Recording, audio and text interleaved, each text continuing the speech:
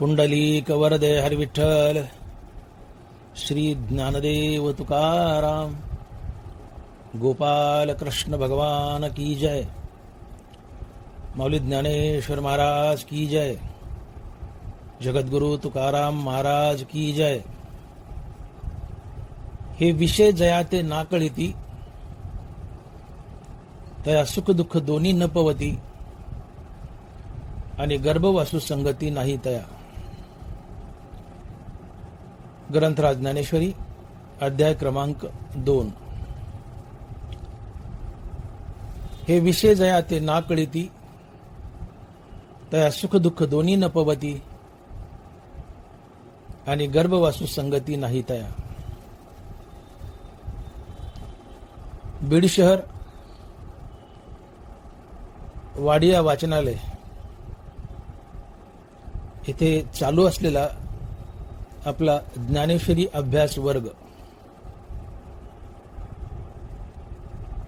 आणि या अभ्यास वर्गात माझ्याकडे आलेली ही आजची तिसरी सेवा। ज्ञानेश्वरीच्या दुसऱ्या अध्यायावर मी बोलतोय। ज्ञानेश्वरीच्या दुसऱ्या अध्यायाची मी सुरुवात केली। यात सुरुवातीला 2 प्रवचने केलीत आणि आजचं हे तिसरं प्रवचन आहे। मागच्या प्रवचनात आपण 110 ते 124 या 14 ओव्यावर चिंतन मांडले। त्यातला अर्धा भाग संपलाय, अर्धा भाग राहिलाय।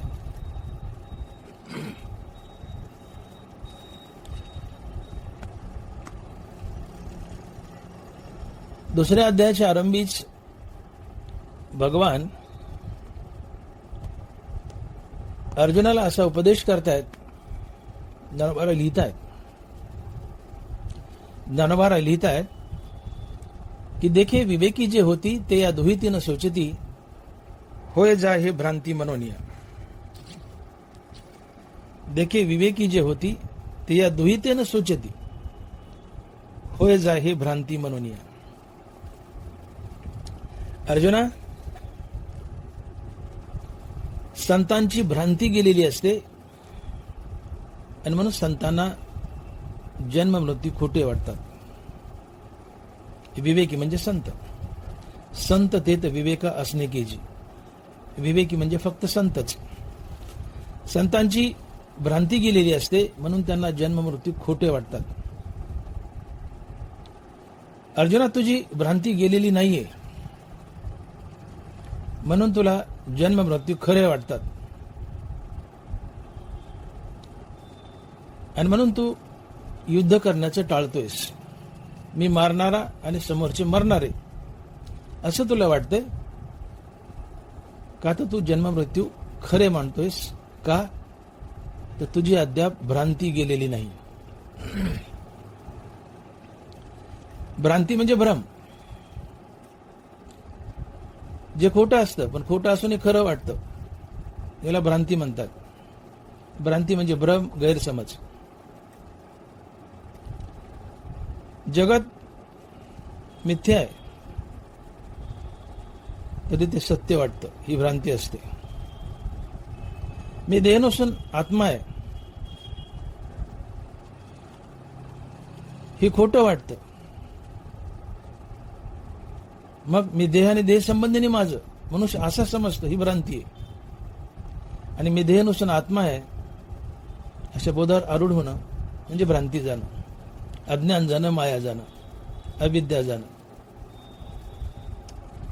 अर्जुना, तुझी अद्याप भ्रांती गेलेली नाही, अज्ञान गेलेलं नाही, तुझा भ्रम गेलेला नाही।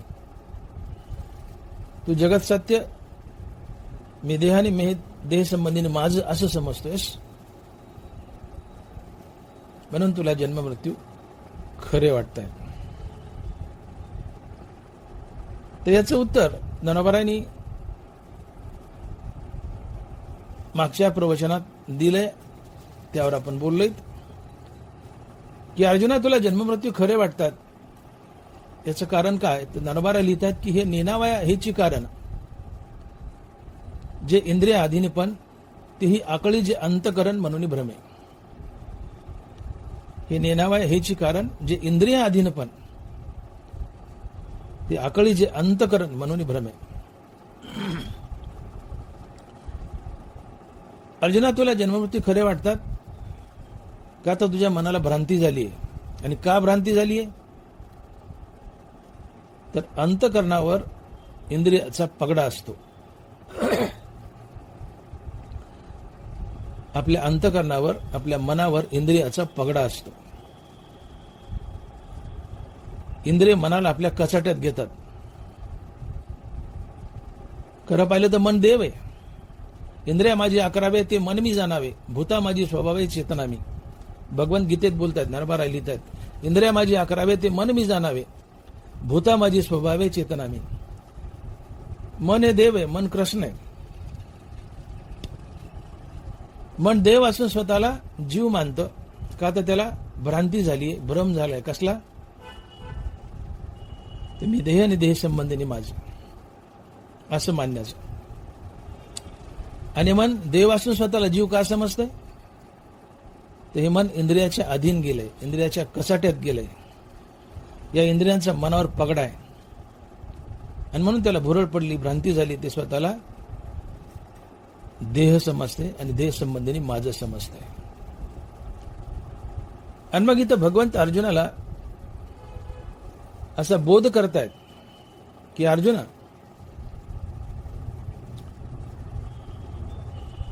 तू तुझी भ्रांती घालव.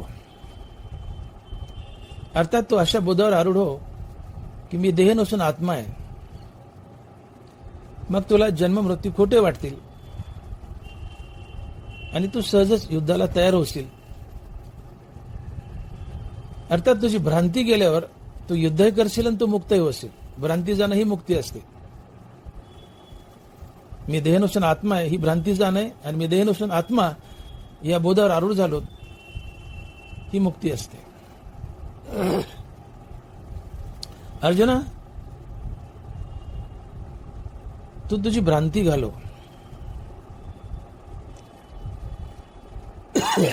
तुझ्या मनाला जी भ्रांती झाली ती भ्रांती घालव. ही भ्रांती कशाने जाईल?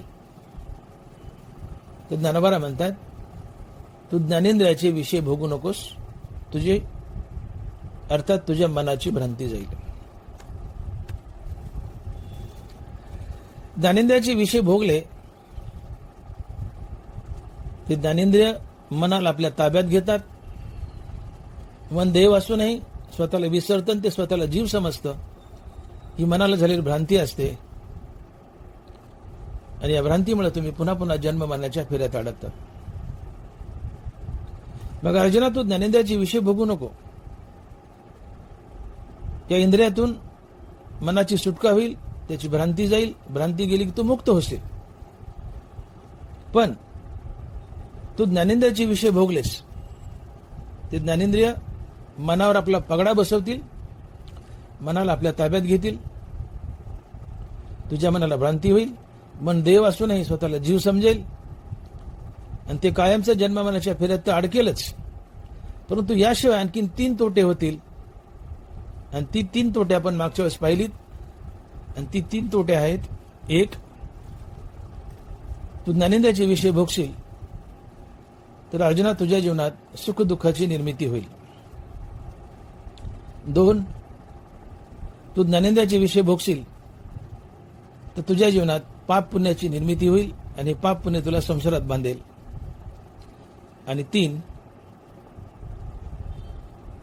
इंद्रियाचे विषय भोगल्यामुळं, ज्ञानेंद्रियाचे विषय भोगल्यामुळं पाप पुण्याची निर्मिती होते. त्यात पाप बलाढ्य असते.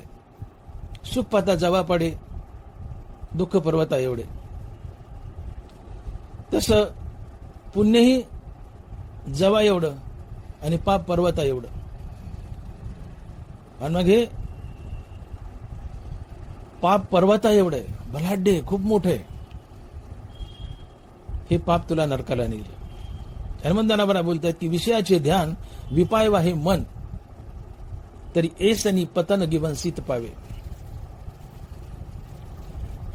विषयाचं नुसतं ध्यान जरी केलं, विषय भोगल्यावर तर तुम्ही नरकाला जालच. पण नुसतं ध्यान जरी केलं विषयाचं तर ज्ञानोबा म्हणतात तुम्ही नरकाला जाल.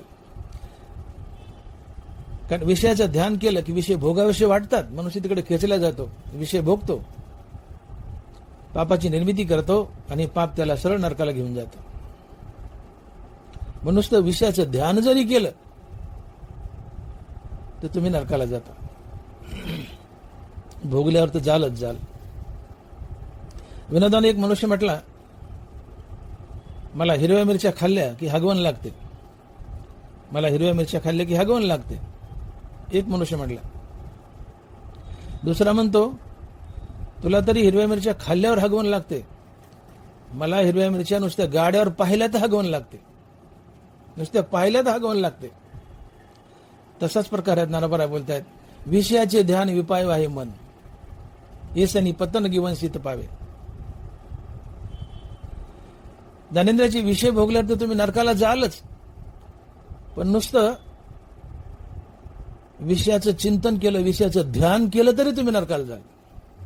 जसं मिरच्या खाल्ल्या हिरव्या हगवण लागेलच, पण हिरव्या मिरच्या पाहिल्या तरी हगवण लागेल. तसं विषय भोगले तर तुम्ही नरकाला जालच, पण विषयाचं नुसतं ध्यान केलं तरी तुम्ही नरकाला जाल. यातला विनोद आणि अतिशयोक्ती सोडा मिरच्याची, पण ज्ञानोबा इथं सिद्धांत मांडतायत की ज्ञानेंद्रियाचे विषय भोगले तर त्यातून पापाची निर्मिती होते आणि पाप तुम्हाला सरळ नरकाला नेतो. विषय भोगल्यावर तुम्ही नरकाला जाता, परंतु नुसतं विषयाचं ध्यान जरी केलं तर तुम्ही नरकाला जाता. का? हे विषयाचं ध्यान तुम्हाला विषय भोगायलाच लावतं, पापाची निर्मिती करतं आणि सरळ नरकाला घेऊन जातं. म्हणून विषयाचे ध्यान विपाय वाहे मन, तरी एस आणि पतन गिवंसित पावे. आणि म्हणून ज्ञानोबा आहे, अर्थात भगवंत अर्जुनाला सांगतायत की ज्ञानेंद्रियाच्या विषयाचा त्याग कर, मनाची भ्रांती जाईल, तू मुक्त होशील. पण तू ज्ञानेंद्रियाचे विषय भोगलेस तर संसार बंधनात अडकशील, पहिला तोटा. दुसरा तोटा, तुझ्या जीवनात सुखदुःखाची निर्मिती होईल. तिसरा तोटा, तुझ्या जीवनात पाप पुण्याची निर्मिती होईल, पाप तुला नरकाला नेईल. आणि म्हणून अर्जुना, तू ज्ञानेंद्रियाचे विषय भोगू नको. जागोजाग अर्जुनाला भगवंतांनी बजावले. ज्ञानोबा लिहित आहेत, हे अनित्य ती अपरी म्हणून ती अव्हेरी, हा सर्वथा संगू न धरी धनुर्धरा. विषय आगवे सर्वथा मनोनी सांडावे, मग राग द्वेष स्वभावे नाशतील. अर्जुना, हे विषय अनित्य आहेत, खोटे आहेत. ही तुझ्या जीवनात सुखदुःखाची निर्मिती करतीलच, पण पाप पुण्याची निर्मिती करतील आणि तुला नरकाला नेतील. म्हणून विषयाचा त्याग कर. विषय आगवे सर्वथा मनोनी सांडावे, विषयाचा त्याग कर. आणि म्हणून मागच्या बुधवारी मागच्या प्रवचनात आपण पाहिलं दुसऱ्या की ज्ञानेंद्रियाचे विषय भोगले तर अर्जुना, तुझ्या जीवनात सुखदुःखाची निर्मिती होईल. हा तोटा भगवंताने अर्जुनाला सांगितलाय. आणि भगवंत किंवा ज्ञानोबा लिहित आहेत, इंद्रिय विषय शिविती ते तर हर्ष शोक उपजती आणि अंतर अल्पविती येणे संगे. इंद्रिय विषय शिविती ते तर हर्ष शोक उपजती आणि अंतर आपलविती येणे संगे. अर्जुना, तू ज्ञानेंद्रियाचे विषय भोगलेस तर तुझ्या जीवनात सुखदुःखाची निर्मिती होईल आणि तुला सुखदुःखाचे चटके भोगावे लागतील. हा विषय आपण गेल्या प्रवचनात पाहिलाय आणि त्यात निवडलेली ओवी होती, देखे इंद्रियाधीन होईजे ते शीतोष्णा ते पाविजे आणि सुखदुःखी आकळीजे आपण अपे. या ओवीवर आपण गेल्या प्रवचनात चिंतन मांडले. आता या ठिकाणी जे 3 तोटे सांगितलेत की पहिला तोटा, ज्ञानेंद्रियाचे विषय भोगले संसार बंधनात अडकशील. दुसरा तोटा, ज्ञानेंद्रियाचे विषय भोगले तुझ्या जीवनात सुखदुःखाची निर्मिती होईल. आणि तिसरा तोटा, ज्ञानेंद्रियाचे विषय भोगले तर तुझ्या जीवनात पाप पुण्याची निर्मिती होईल आणि तू नरकाला जाशील. यातलं ज्ञानेंद्रियाचे विषय भोगल्यावर आपल्या जीवनात सुखदुःखाची निर्मिती कशी होते आपण गेल्या प्रवचनात बुधवारी पाहिले.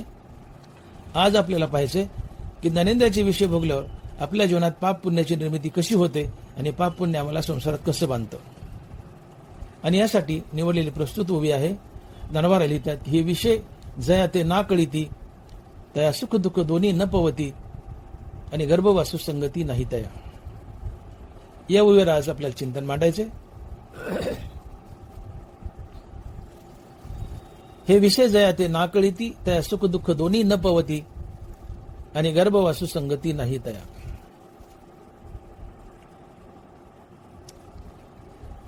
परमार्थ म्हणजे नेमकं काय? ओवीच्या विश्लेषणात शिरण्या अगोदर थोडीशी पार्श्वभूमी मांडावी लागेल की परमार्थ म्हणजे नेमकं काय.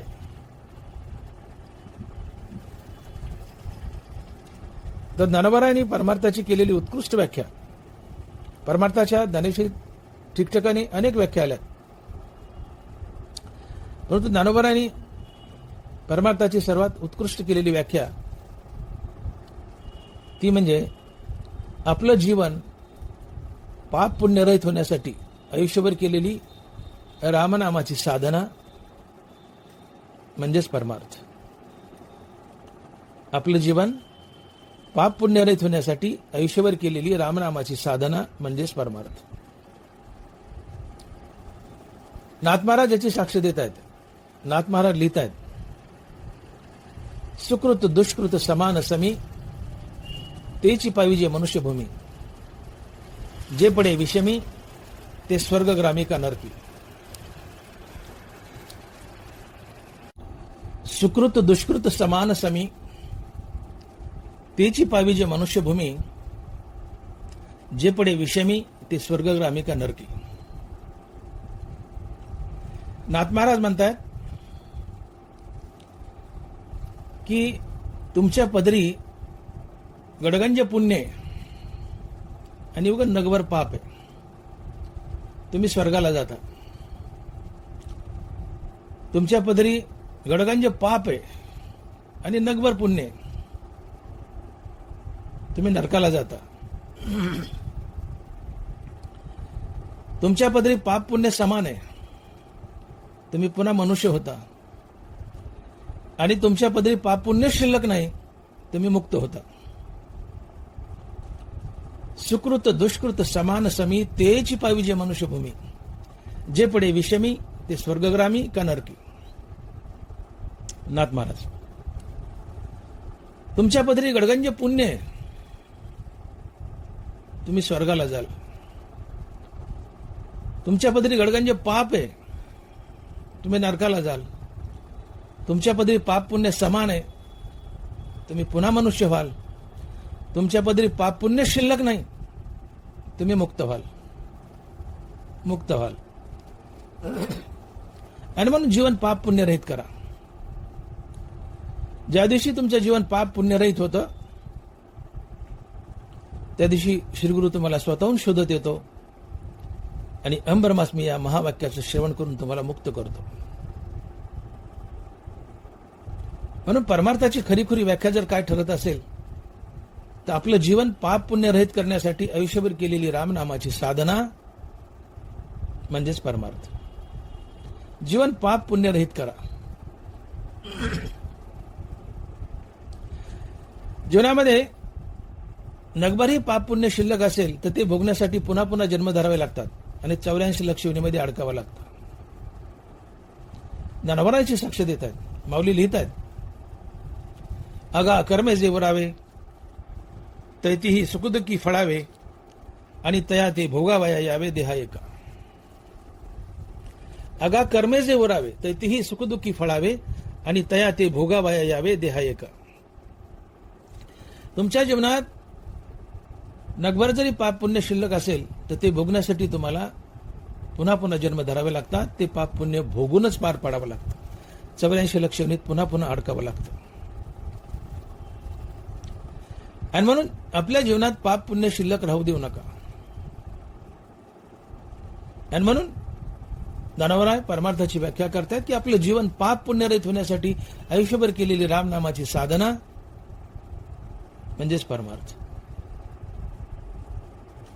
म्हणून कुठलीही वासना मनात ठेवून परमार्थ करू नये. माझं वाक्य नीट आहे का? कुठलीही वासना मनात ठेवून परमार्थ करू नये. अगदी मोक्षाची सुद्धा वासना नको, कारण वासनेतून सुटका हाच मोक्ष आहे. आम्ही मोक्ष भोगतो ना, मोक्षाच्या अनेक व्याख्या आहेत, परंतु ही प्रभावशाली व्याख्या आहे की वासनेतून सुटका हाच मोक्ष. जन्म घेणे लागे वासनेच्या संगी. नाथ महाराज, पुन्हा दुसऱ्यांदा जन्म का घ्यावा लागतो? मरताना काही वासना शिल्लक असेल तर. जशी वासना तसा जन्म असतो. अगं अंतीचे मती साचपण पुढले गती, म्हणून जीवित जेणे भक्ती दिदिले शेकी. जशी वासना शिल्लक असेल तसा पुढचा जन्म धरावा लागतो. वासना कसली असो, जन्म कुठलाही मिळो, पण वासना मरताना शिल्लक असेल तर पुढचा जन्म धरावाच लागतो. जन्म घेणे लागे वासनेच्या संगे, तिची झाली अंगे हरिरूप. मरताना वासना शिल्लक असेल तर पुन्हा पुन्हा जन्म धरावाच लागतो. जन्मवनाच्या फेऱ्यात अडकावं लागतं. म्हणून वासनेतून सुटका हाच मोक्ष आहे. आम्ही मोक्ष भोगतो, वासनेतून सुटका हाच मोक्ष आहे. मरताना कुठलीही वासना मनात शिल्लक राहू देऊ नका. वासना रहित होणं, निरीच्छ होणं हीच मुक्ती असते. वासनेतून सुटका हाच मोक्ष. परमार्थ करताना राहिलं बाकीचं आम्ही, परंतु पुण्याची तरी वासना करतो की मी देवदेव करतोय, मी परमार्थ करतोय, याचं पुण्य मला मिळावं. परमार्थ करताना पुण्याची सुद्धा वासना नको. का? तर पाप जसा एक मळ आहे तसं पुण्य सुद्धा एक मळ आहे. पाप नरकाला नेतं तर पुण्य स्वर्गाला नेतं. आणि भोग दोन्हीचाही द्यावा लागतो. आणि भोग भोगून झालं की पुन्हा मृत्यू लोकात येऊन पडावं लागतं, किडामुंगी व्हावं लागतं. नवरा लिहित आहे, स्वर्ग नरक सूचक अज्ञान व्याले धर्माधिक, ते सांडो निघाली अशेक ज्ञाने येणे. काय म्हणतात माऊली? स्वर्ग नरक सूचक अज्ञान व्याले धर्माधिक, ते सांडून घाली अशेक ज्ञाने येणे. अज्ञानाच्या पोटी धर्म आणि अधर्म जन्म घेतात. अज्ञानाच्या पोटी धर्म आणि अधर्म जन्म घेतात. धर्म पुण्याला जन्म देतो, अधर्म पापाला जन्म देतो. पुण्य स्वर्गाला नेतं तर पाप नरकाला नेतं. भोग दोन्हीचाही द्यावा लागतो. भोगून झालं की पुन्हा मृत्यू लोकात येऊन पडावं लागतं, किडामुंगी व्हावं लागतं. आणि म्हणून स्वर्ग नरक सूचक अज्ञान व्याली धर्माधिक, ते सांडो निघाली अशेक ज्ञानी येणे. पुण्य आणि पाप हे स्वर्ग नरक सूचक आहेत. परमार्थ करताना तुम्ही पदरी जर पुण्य साठवून ठेवलं तर हे पुण्य तुम्हाला स्वर्गाला नेईल. तुम्ही स्वर्गाला जाल पुण्याच्या बळावर, स्वर्ग भोगाल, परंतु पुण्य भोगून झालं की येऊ लागती माघारे मृत्यू लोक. तया पुण्याची पावटी सरे, सभेची इंद्रपणाची उटी उतरे, आणि येऊ लागती माघारे मृत्यू लोक. पुण्याच्या बळावर तुम्ही स्वर्गाला गेलेत, स्वर्गातलं सुख भोगलंय, मजा हजा केली, पण आता पुण्याची शिदोरी संपलीये. स्वर्गातून पदच्युत व्हावं लागतं आणि मृत्यू लोकात येऊन पडावं लागतं, किडामुंगी बनावं लागतं. तया पुण्याची पावटी सरे, सभेची इंद्रपणाची उटी उतरे, आणि येऊ लागती माघारी मृत्यू लोक. यावं लागतं. एकदा प्रभू रामचंद्र आणि भैया लक्ष्मण वनात राक्षस मारण्यासाठी विश्वामित्रांनी सोबत नेले होते. राजा दशरथाकडून राम आणि लक्ष्मण यांना मागितलं, आणि विश्वामित्र राम आणि लक्ष्मण या दोन्ही बांधवांना आपल्यासोबत वनात घेऊन गेले. राक्षस ऋषी मुनींना त्रास देत होते, म्हणून त्या राक्षसांना मारण्यासाठी राम आणि लक्ष्मण या दोघांना विश्वामित्र आपल्यासोबत वनात घेऊन गेलेत. दुपारची वेळ,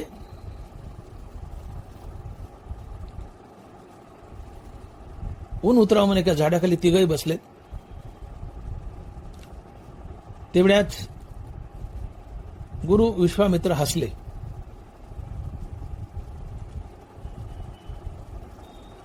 प्रभू रामचंद्राने विचारलं, गुरुवर का हसलात? आता रामचंद्राला तर माहित होतं रामचंद्र महाविष्णूचा अवतार, परंतु रामचंद्राने ठरवलं होतं की मनुष्य रूपात आलोय, मनुष्यासारखंच राहायचं, आपलं देव पण दाखवायचं नाही. रामचंद्र म्हणतात, गुरुवर का हसले? तर विश्वामित्र म्हणतायत, वत्सराम, ते चाललेले 2 मुंगळे पाहिलेस का? म्हणले हो. म्हणले तो वरचा जो मुंगळा आहे, एका मुंगळ्याच्या पाठीवर दुसरा मुंगळा बसला होता. म्हणले तो वरचा जो मुंगळा आहे तो गेल्या जन्मातला इंद्र आहे. तो गेल्या जन्मातला इंद्र आहे. याला म्हणायचं येऊ लागत ही माघारे मृत्यू लोक, यावं लागतं. तुम्ही पुण्याची शिदोरी गोळा केली आहे, पुण्य पदरी बांधलंय, त्या पुण्याच्या बळावर स्वर्गाला गेलेत, स्वर्ग भोगलाय, पण पुण्य संपलं की मृत्यू लोकातून खाली यावं लागतं, किडा मंगी मोळे बनावं लागतं आणि 84 लक्ष योनीमध्ये भटकावं लागतं. म्हणून परमार्थ करताना पुण्याचीही वासना नको, की हे मी केलंय, हे कर्म मी केलंय आणि याचं पुण्य मला मिळावं, ही वासना मनात ठेवू नका. तसा कर्तृत्वाचा मधू आणि फळभोगाचा आस्वादू, या दुहीचे नाव बंधू कर्माचा की. हे कर्म मी केले आणि याचं फळ मला मिळावं असं म्हटलं की ते कर्म, ते फळ तुम्हाला संसारात बांधतं. आणि म्हणून आपल्याकडे चढावडी लागतात, अन्नदान करा, अन्नदान करा, पंक्ती पंक्ती पंक्ती. आम्ही पंक्ती उठवतो, अन्नदान करतो, जरूर करा.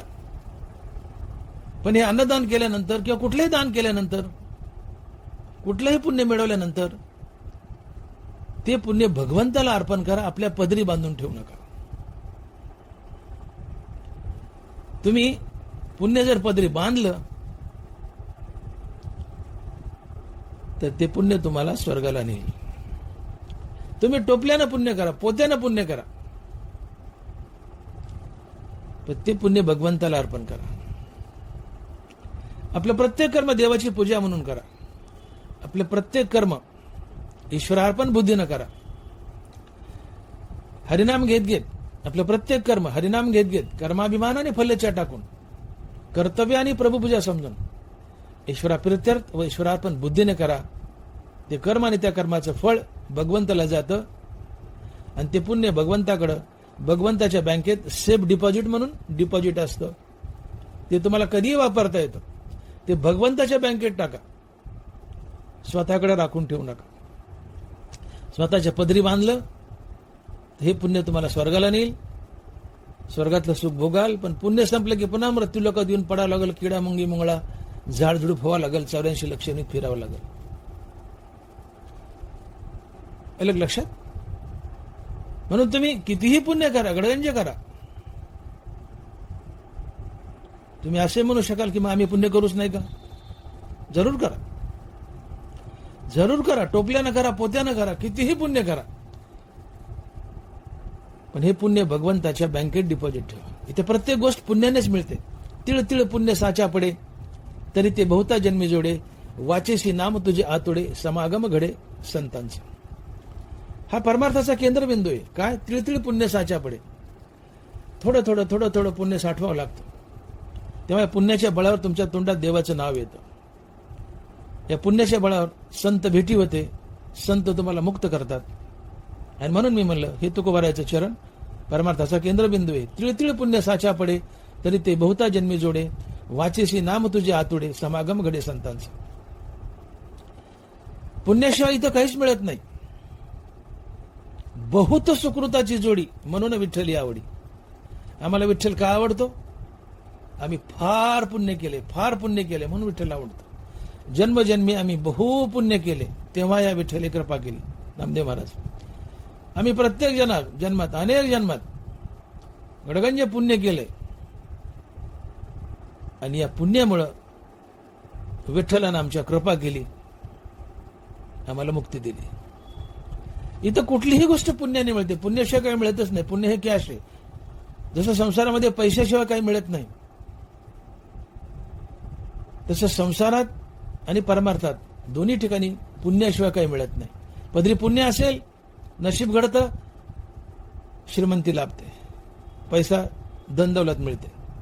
पदरी पुण्य असेल, मुखात देवाचं नाव येतं. पदरी पुण्य असेल, श्रीगुरु भेटतो, संत भेटतो, मुक्त करतो. अर्थात पदरी पुण्य असेल तर संसारात श्रीमंती लाभते, परमार्थात देव भेटतो, मुक्ती लाभते. हे सगळं पुण्याच्या बळावर होतं. इथं पुण्याशिवाय काही मिळतच नाही. प्रत्येक गोष्ट पुण्याने घ्यावी लागते. परंतु हे पुण्य जर आम्ही आमच्या पदरी बांधलं, तुम्ही कितीही पुण्य करा पण ते पदरी बांधू नका. हे आम्ही पदरी बांधलं, हे पुण्य आम्हाला स्वर्गाला नेतं. आणि पुण्य भोगून झालं की पुन्हा पदच्युत होऊन मृत्यू लोकातून पडावं लागतं, किडामुंगी व्हावं लागतं, 84 लक्षणीत फिरावं लागतं, संसार बंधनात अडकावं लागतं. म्हणून कितीही पुण्य करा पण ते पुण्य भगवंताला अर्पण करा. आणि भगवंताला कसं अर्पण करायचं? तर आपलं कर्मच भगवंताची पूजा म्हणून करायचं. आपला प्रत्येक क्रियेचा संबंध भगवंताशी जोडायचा. ज्याच्यासाठी कर्म करता त्याला देव समजा. तुम्ही केलेलं कर्म त्यातून मिळणार पुण्य देवाला जातं. प्रत्येक कर्म ईश्वरार्पण बुद्धीने करा. ज्याच्यासाठी कर्म करता त्याला देव समजा, ते पुण्य आपाप देवाला जातं. भगवद्रूप भाविता भूते ब्रह्मार्पण तेथे होय कर्म. आपलं कर्म देवाची पूजा म्हणून केलं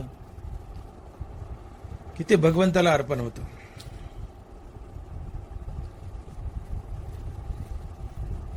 तुकोबार आहे एका चरणातून बोलतायत की तुका म्हणे आम्ही झालो अग्निरूप, निधी लागो पाप पुण्य अंगा. तुका म्हणे आम्ही झालो अग्निरूप, निधी लागो पाप पुण्य अंगा. तुकोबारा म्हणतात मी माझ्या अंगाला पाप तर लागू दिलं नाही पण पुण्यही लागू दिलं नाही. का? माझ्या जीवनात पाप पुण्य असतं तर पापाने नरकाला नेलं असतं, पुण्याने स्वर्गाला नेलं असतं आणि मी संसार बंधनात अडकलो असतो. म्हणून महाराज म्हणतात मी माझ्या अंगाला पाप तर लागू दिलं नाही. पापाचा तर प्रश्नच नाही महाराजाच्या जीवनात. मी माझ्या अंगाला पाप तर लागू दिलं नाही पण पुण्य सुद्धा लागू दिलं नाही. का? पाप जसं एक मळ आहे तसं पुण्य एक मळ आहे. पाप नरकाला नेतं तर पुण्य स्वर्गाला नेतं. भोग दोन्हीचाही द्यावा लागतो. भोगून झालं की मृत्यू लोकात येऊन पडावं लागतं, किडामुंगी व्हावं लागतं, 184 योनीमध्ये फिरावं लागतं, संसार बंधनात अडकावं लागतं. म्हणून तुका म्हणे आम्ही झालो अग्निरूप, निधी लागू पाप पुण्य अंग. आणि म्हणून परमार्थ करताना पुण्याची सुद्धा वासना नको. का? हे पुण्य मला मिळावं, मी कर्म करतोय त्याचं पुण्य मला मिळावं ही भावना असेल तर हे पुण्य तुम्हाला स्वर्गाला नेतं. स्वर्ग भोगून झाला की मृत्यू लोकात येऊन पडावं लागतं, संसार बंधनात अडकावं लागतं. म्हणून परमार्थ करताना पुण्य जरूर करा पण ते पुण्य भगवंताला अर्पण करा. पदरी बांधून ठेवू नका. भगवंताच्या बँकेत सेफ डिपॉझिट म्हणून ठेवा. आणि म्हणून जीवन जगत असताना आमच्या जीवनात पाप पुण्याची निर्मिती का होते याचा प्रामुख्याने विचार करा. आमच्या जीवनात पाप पुण्य प्रामुख्यानं 2 गोष्टीमुळे येतं. पहिली गोष्ट ज्ञानेंद्रियाचे विषय भोग आणि दुसरी गोष्ट आपण केलेली बरी वाईट कर्मे. पाप पुण्य जीवनात काय येतं? 2 गोष्टीमुळे. तर पहिली गोष्ट ज्ञानेंद्रियाचे विषय भोग आणि दुसरी गोष्ट आपण केलेली बरी वाईट कर्मे. तर प्रस्तुत प्रवचनात आपल्याला या गोष्टीवर लक्ष द्यायचंय की आपल्या जीवनात पाप पुण्य काय येतं. तर आपण ज्ञानेंद्रियाची विषय भोगतो आणि त्यातून पाप पुण्याची निर्मिती होती. एवढाच पैलू आज आपल्याला मांडायचा आहे. कर्माचा पैलू आपण पुढे मांडू भविष्यात कुठेतरी. आपल्या जीवनात पाप पुण्याची निर्मिती का होते? मी बोलून गेलो की जीवन पाप पुण्य रहित करण्यासाठी आयुष्यभर केलेली रामनामाची साधना म्हणजेच परमार्थ. जीवन पाप पुण्य रहित बनवायचे, तुम्ही मुक्त होता. मग जीवन पाप पुण्य रहित कसं बनवायचं? तत्पूर्वी जीवनात पाप पुण्य कसं येतं हे पाहणं महत्वाचं आहे. तर आपण पाहिलं पाप पुण्य दोन गोष्टीमुळे येतं. एक ज्ञानेंद्रियाचे विषय भोग आणि दुसरं आपण केलेली बरी वाईट कर्मे. ते बरी वाईट कर्मे सध्या बाजूला ठेवा, आज तो आपला टॉपिक नाहीये. आज आपला टॉपिक, आपला विषय हा आहे की ज्ञानेंद्रियाच्या विषय भोगातून आमच्या जीवनात पाप पुण्याची निर्मिती होती. भगवंताने अर्जुनाला हेच बजावलंय की अर्जुना, तू ज्ञानेंद्रियाचे विषय भोगशील तर तुझे 2-3 तोटे होतील. त्यातला पहिला तोटा, तुझ्या जीवनात सुखदुःखाची निर्मिती होईल, सुखदुःखाचे चटके भोगावे लागतील. दुसरा तोटा, ज्ञानेंद्रियाचे विषय भोगलेस तर दुसरा तोटा, तुझ्या जीवनात पाप पुण्याची निर्मिती होईल. आणि तिसरा तोटा, हे पाप तुला सरळ नरकाला घेऊन जाईल. म्हणून ज्ञानेंद्रियाचे विषय भोगू नकोस, असा संदेश भगवंत अर्जुनाला देत आहेत. आणि म्हणून नरमारा लिहितात आजच्या वेद की हे विषय जे आहे ते ना कळीती तया सुखदुःख दोन्ही न पवती आणि गर्भवासू संगती नाही तया. आजची ही प्रवचनाची होईल की बाबांनो, तुम्ही ज्ञानेंद्रियाचे विषय टाकले तर तुमच्या जीवनातून सुख आणि दुःख दोन्ही निघून जातं. तुम्ही निखळ आत्मानंद भोगता आणि तुमचा गर्भवासही संपतो. अर्थात तुम्ही जन्म मृत्यूच्या फेऱ्यातून बाहेर पडता. हे विषय जे आहे ते ना कळीती तया सुख दुःख दोन्ही न पवती आणि गर्भवासू संगती नाही तया. कोणत्याही माणसानं, अर्जुनच काय, तुम्ही आम्ही कोणत्याही माणसानं ज्ञानेंद्रियाचे विषय जर भोगले नाही तर आमच्या जीवनातून सुख दुःख निघून जातं आणि आमचा गर्भवास संपतो. अर्थात आम्ही मुक्त होतो.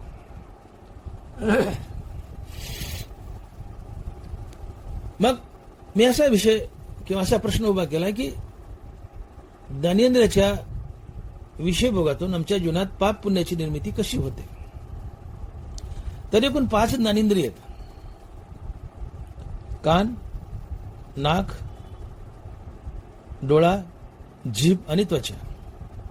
कान, नाक, डोळा, जीभ आणि त्वचा ही 5 ज्ञानेंद्रिय आहेत आणि प्रत्येक ज्ञानेंद्रियाचा आपापला एक स्वतंत्र विषय. शब्द हा कानाचा विषय, रूप हा डोळ्याचा विषय, गंध हा नाकाचा विषय, चव अर्थात रस हा जिभेचा विषय आणि स्पर्श हा त्वचेचा विषय. मागच्या बुधवारच्या प्रवचनात, दुसऱ्या प्रवचनात आपण ज्ञानेंद्रियाने त्यांचे विषय भोग पाहिले. ज्ञानेंद्रियाचे विषय भोगले, या 5 ज्ञानेंद्रियाचे विषय भोगले, तर या ज्ञानेंद्रियाच्या विषय भोगातून आपल्या जीवनात सुखदुःखाची निर्मिती कशी होते हे आपण पाहिले. तर आता याच 5 ज्ञानेंद्रियाच्या विषय भोगातून आपल्या जीवनात पाप पुण्याची निर्मिती कशी होते हे आपल्याला पाहायचे. हा दुसरा पैलू आहे या 14 वयातील. एकूण 5 ज्ञानेंद्रिय. आपण प्रथमतः कान हा ज्ञानेंद्रिय पाहू. मिळाला वेळ तर सगळीच पाहू इंद्रिय 5, पण जेवढी घडतील होईल शक्य तेवढे पाहू. प्रथमतः आपण कान हा ज्ञानेंद्रिय पाहू. कान हा ज्ञानेंद्रिय. शब्द हा कानाचा विषय. नरमारा लिहितात, देखे शब्दाची व्याप्ती निंदा आणि स्तुती ते द्वेषा द्वेष उपजती श्रवणाद्वारे. देखे शब्दाची व्याप्ती निंदा आणि स्तुती ते द्वेषा द्वेष उपजती श्रवणाद्वारे. कान ज्ञानेंद्रिय. शब्द कानाचा विषय. शब्द 2 प्रकारचे, एक स्तुतीपर, एक निंदापर. स्तुतीपर शब्द कानाच्या आवडीचा विषय, निंदापर शब्द कानाच्या नावडीचा विषय. कानाला स्तुती आवडते, कानाला निंदा आवडत नाही.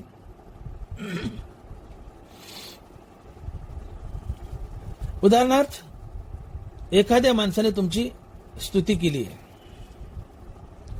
ही स्तुती आणि निंदा आमच्या जीवनात पाप पुण्य कसं निर्माण करते आणि पाप पुण्य आम्हाला संसारात कसं बांधतं, हा विचार मी आपल्यापुढे मांडतोय. कान हा ज्ञानेंद्रिय. शब्द हा कानाचा विषय. शब्द 2 प्रकारचे, एक स्तुतीपर आणि दुसरा निंदापर. स्तुतीपर शब्द कानाच्या आवडीचा विषय, निंदापर शब्द कानाच्या नावडीचा विषय. तुमची एखाद्या माणसानं स्तुती केली, तोंड भरून स्तुती केली. मी बोलून गेलो मागच्या प्रवचनात की माणसाला स्तुती अतिप्रिय असते. स्तुती किती प्रिय असते की स्तुती ऐकायला मेलेलाही मनुष्य उठेल, स्तुती ऐकेल आणि मग मरेल, इतकी स्तुती माणसाला प्रिय आहे. यातला विनोद आणि अतिशयोक्ती सोडा, मेलेला उठत नसतो, पण यातला क्लायमॅक्स, यातली अतिशयोक्ती समजून घ्या, यातला सिद्धांत समजून घ्या. स्तुती माणसाला किती प्रिय आहे. की स्तुती ऐकायला मेलेला मनुष्य उठेल, स्तुती ऐकायला मग मरेल. इतकी स्तुती माणसाला प्रिय आहे. प्रत्येकाला स्तुती प्रिय आहे. पॉश कपडे घातले, तुम्ही बाहेर गेले,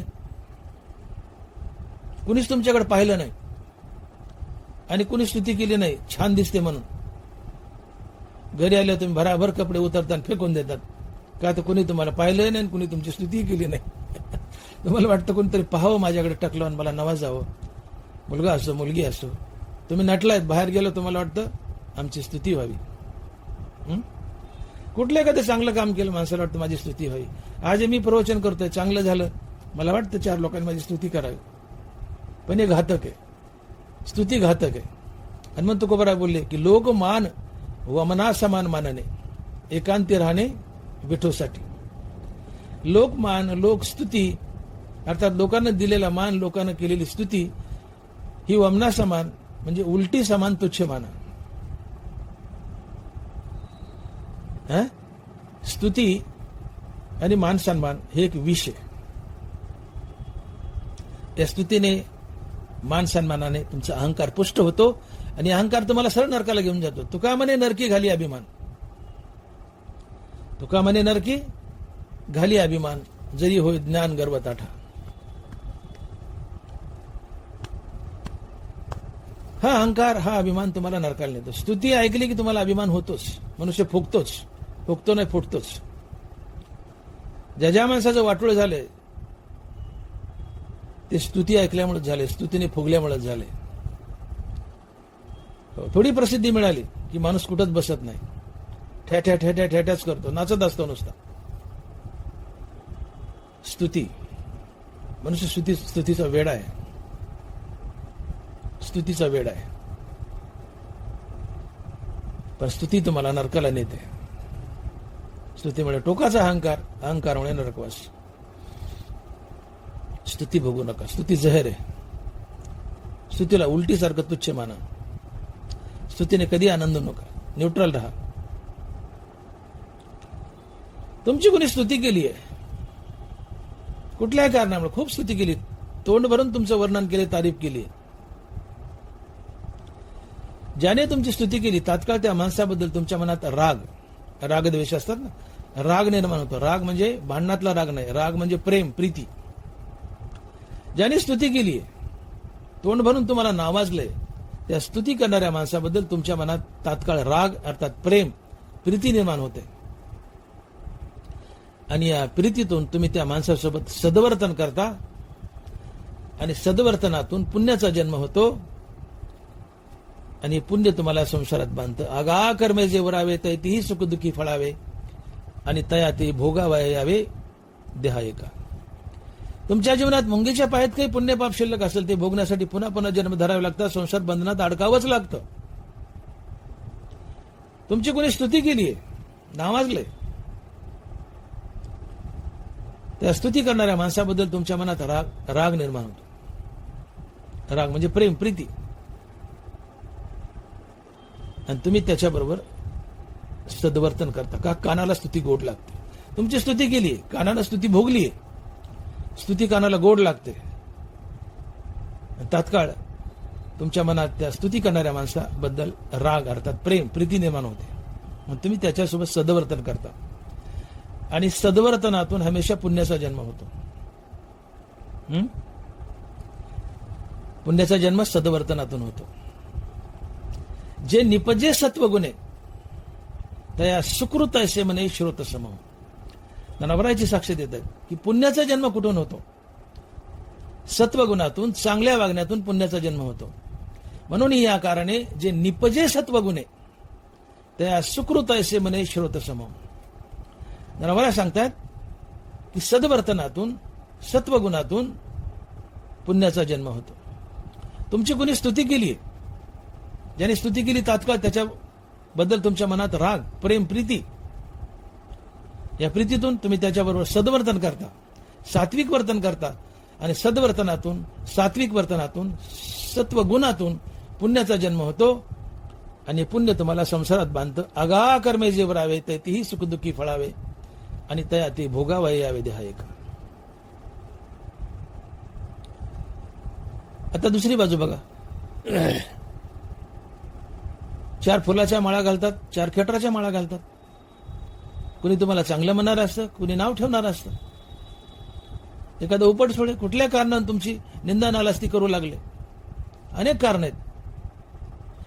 तुमची घाण निंदा केली, तुम्हाला वाईट बोलले, तुमची निंदा केली.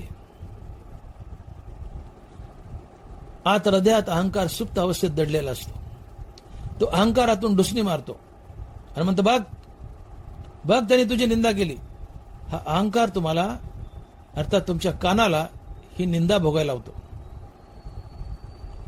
कानानं निंदा भोगली की ज्याने निंदा केली त्याच्याबद्दल तुमच्या मनात द्वेष निर्माण होतो. द्वेष क्रोधाला जन्म देतो. क्रोधातून सारासार विचार नाहीसा होतो.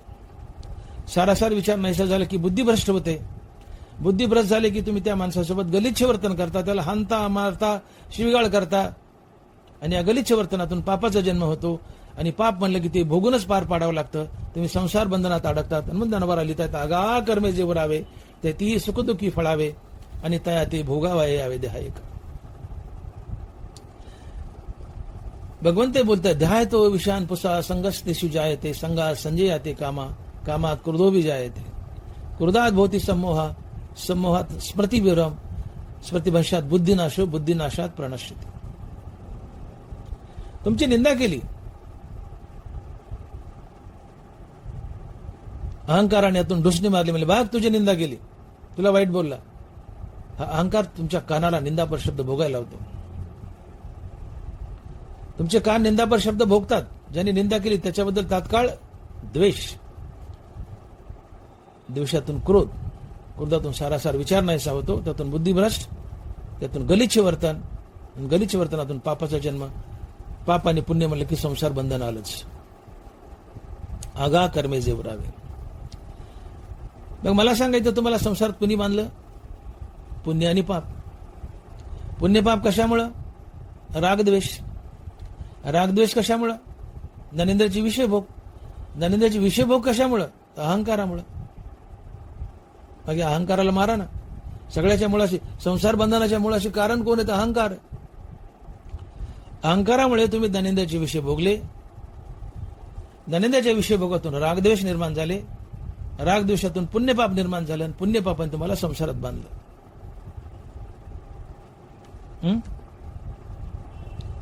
आणि म्हणून बघा, पुण्य जसं सत्कर्मातून सत्वगुणातून निर्माण होतं तसं पाप परपिढेतून निर्माण होतं. हा सिद्धांत पहा. आपण काय बोललो? तुमची कुणी स्तुती केली, ज्यांनी स्तुती केली त्याच्याबद्दल राग, प्रीतिप्रेम, आणि प्रीतिप्रेम यातून सद्वर्तन, सद्वर्तन, सात्विक वर्तन, आणि या सात्विक वर्तनातून, या सत्वगुणातून पुण्याचा जन्म. आता तुमची कोणी निंदा केली, अहंकारातून ढोसणी मारली, बाग म्हणले तुझी निंदा केली, आणि अहंकाराने तुमच्या कानाला निंदापर शब्द भोगायला लावलाय. कानाने निंदापर शब्द भोगलाय. ज्यांनी निंदा केली तात्काळ त्याच्याबद्दल द्वेष, तात्काळ त्याच्याबद्दल द्वेष. आणि ज्याच्याबद्दल द्वेष निर्माण होतो, ज्याच्याबद्दल द्वेष निर्माण होतो, तुम्ही त्याला कुठल्या ना कुठल्या प्रकारची पीडा करतातच. आणि या पीडेतून पापाचा जन्म होतो. पुण्य परोपकारा पाप ते परपीडा. तुकोबर आहे. परपीडा. पुण्य परोपकारा पाप ते परपीडा. पापा जन्म कशातून झालाय? परपीडेतून. तुमची निंदा केलीये, अहंकाराने डुसणी मारलीये, बघ मला तुझी निंदा केलीये, कानाने निंदापर शब्द भोगलाय. ज्यांनी निंदा केली त्याच्याबद्दल मनात द्वेष, आणि ज्याच्याबद्दल द्वेष, त्या द्वेषातून क्रोध. आणि मग ज्याच्याबद्दल द्वेष आहे, ज्याच्याबद्दल क्रोध आहे मनात, त्याला तुम्ही एक ना एक दिवस पीडा करतातच. आम्ही कुणाचं वाटोळं करतो ते द्वेषाच्या पोटीच.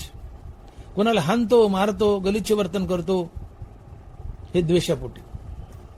कुणाची निंदा करतो ते द्वेषापोटीच. आपला मित्र आहे, त्याचं आपलं फार जमतंय, त्याच्याबद्दल द्वेष नाही, आपण निंदा करतो का? नाही करत. ज्याचं आपलं पटत नाही किंवा कुठल्याही कारणामुळं समोरच्या माणसाबद्दल आपल्या मनात द्वेष आहे, त्याचीच आपण निंदा करतो. समोरच्याबद्दल द्वेष आहे मनात, त्याची आपण निंदा करतो. आणि निंदेने काय होतं माहितीये? काय होतं निंदेने? का येती निंदकापाशी अशेषही पापे. का येती निंदकापाशी अशेषही पापे. ज्याच्याबद्दल द्वेष आहे त्याची तुम्ही निंदा करता, आणि निंदा केली की त्याचं खरडून पाप तुमच्याकडे येतं. दुश्मन श्रीमंत बनतो आणि तुम्ही गरीब बनता, पाप पुण्याच्या बाबतीत, पैशाच्या नाही, पाप पुण्याच्या बाबतीत. दुश्मनाबद्दल द्वेष आहे, या द्वेषाच्या पोटी दुश्मनाची तुम्ही निंदा केली पण त्याचं पाप खरडून तुमच्याकडे आलं, तुम्ही पापाचे भागीदार झाले, आणि हे पाप तुम्हाला सरळ नरकाला नेतं, सरळ नरकाला नेतं.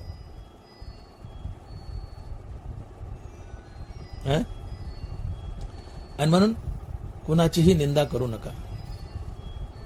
कासायापाशी गुणदोष अनेकाचे, मज काय त्याचे उणे आहे. कुणाचीही निंदा करू नका. आपल्या डोकं पहा. दुसऱ्याचे अवगुण, दुसऱ्याचा धुना मी धुत बसतो, माझ्यात अवगुणाची काय कमी आहे. म्हणजे जो कुणाचे गुणदोष पाहत नाही तो साक्षात भगवंत असतो, तो साक्षात भगवंत असतो. नाथ महाराज बोलतायत, न बोले गुणदोष न एकेकानी, वर्तोनी जनी जनार्दन तो. जो कुणाचे गुणदोष पाहत नाही आणि कानाने ऐकत नाही तो चालता बोलता देव असतो. न बोले गुणदोष न ऐके कानी, वर्तोनी जनी जनार्दन तो. तो साक्षात जनार्दन आहे, साक्षात देव आहे. कोण? जो कुणाचे गुणदोष तोंडानं बोलत नाही आणि कानानं ऐकत नाही.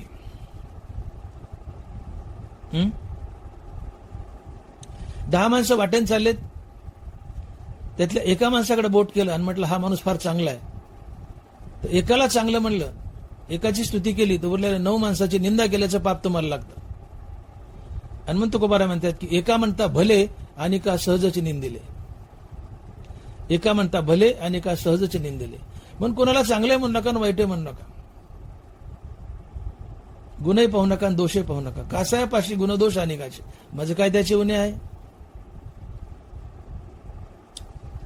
आणि म्हणून आम्हाला फार सवय आहे. आम्ही समाजात मिसळतो, ग्रुपनी एकत्र वावरतो, मित्राला भेटतो, 4 चौघाच्या वाट्यावर गप्पा मारत बसतो, पण त्या गप्पामध्ये सारखी कुणाची ना कुणाची निंदा चालू असते, सारख्या कुच्च्या चालू असतात. हा आला, तो आला, ही आली, ती गेली, याचं हे त्याचं ते, नुसते लोकांचे धुणे देतो. असे किती लोक आहेत की 4 मित्र एकत्र आलेत आणि पांडुरंगाच्या परमार्थाच्या गप्पा चालल्यात. अहो शेकड्यात एखादा माणूस, शेकड्यात 2 माणसं एकत्र आलेत आणि देवाच्या गप्पा करतात. 99% कुच्च्याच असतात, निंदा नालाखीच असते. तुम्ही ग्रुपमध्ये एकत्र आले की निंदेच्याच गोष्टी करणार. माणसाला निंदा आवडते, तुम्ही निंदाच करणार. आणि म्हणून मी तर म्हणतो 4 चौघात मिसळूच नका. 4 चौघात मिसळूच नका. हमेशा देवाचं चिंतन करत एकांतात बसा. तुकोबाराय बोलतात, देवाची होई जे देवाची संगती, पतन पंगती जनाची. नीट आहे का? देवाची होई जे देवाची संगती, पतन पंगती जगाची. जगाच्या जनाच्या पंक्तीत गेला तुमचं पतन होईल. का तर जनाच्या संगतीला गेले, जनाच्या पंक्तीला बसले, तुम्ही निंदाच करणार. आणि कुणाची निंदा केली त्याचं खरडून पाप आपल्याकडे येणार. का येती निंदकापाशी अशेषी पापे.